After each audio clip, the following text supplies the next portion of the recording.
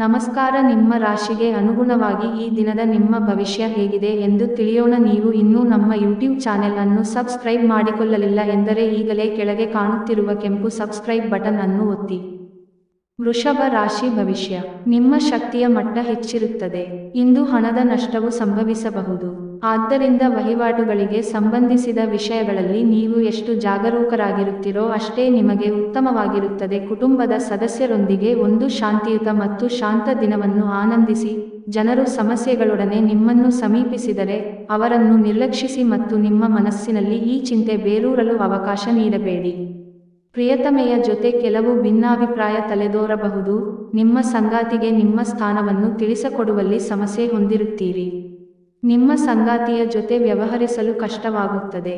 ಇಂದಿನ ರಾತ್ರಿ ಜೀವನ ಸಂಗಾತಿಯೊಂದಿಗೆ ಉಚಿತ ಸಮಯವನ್ನು ಕಳೆಯುವಾಗ ಅವರಿಗೆ ಇನ್ನಷ್ಟು ಸಮಯವನ್ನು ನೀಡಬೇಕೆಂದು ನೀವು ಅನುಭವಿಸುವಿರಿ. ಕೆಲಸದ ಒತ್ತಡ ಹಿಂದಿನಿಂದಲೂ ನಿಮ್ಮ ವೈವಾಹಿಕ ಜೀವನಕ್ಕೆ ಅಡ್ಡಿಪಡಿಸುತ್ತಿದೆ. ಆದರೆ ಇಂದು ಎಲ್ಲಾ ಕುಂದುಕೊರತೆಗಳೂ ಮಾಯವಾಗುತ್ತವೆ.